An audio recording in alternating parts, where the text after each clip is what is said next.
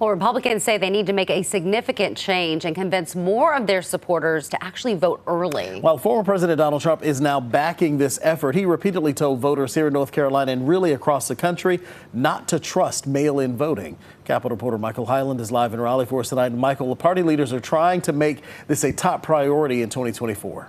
Right, they announced some new details today about this push specifically in North Carolina, which will be a key battleground next year. They say they've seen Democrats turn out in big numbers during early voting, and they need to do a better job competing with that. Whether their voters like it or not, Republican Party leaders are pushing them to vote early in 2024. The Republican National Committee launched a campaign called Bank Your Vote, aimed at convincing voters to take advantage of different options to vote early by mail or in person, focusing Friday on their efforts in North Carolina. In last year's election, Democrats made up 38% of people voting early, while 31% of those voters were Republican and 30% were unaffiliated. Madison Jessiotto Gilbert is a spokesperson for the RNC.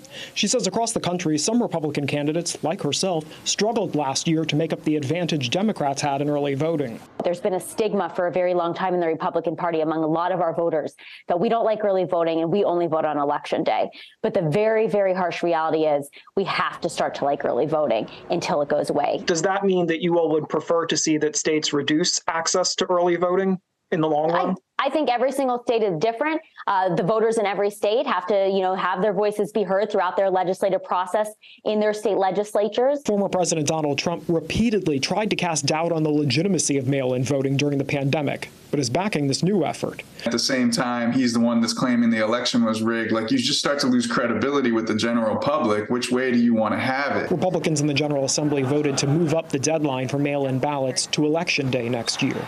While they say that will boost voters' confidence in election results, Democrats raise concerns that legitimate ballots delivered late by the Postal Service won't count. Another reason for this push is because it saves campaigns time and money. Once you vote, they no longer have to spend time trying to convince you to vote, and they can turn to other people who may be less likely to vote at all.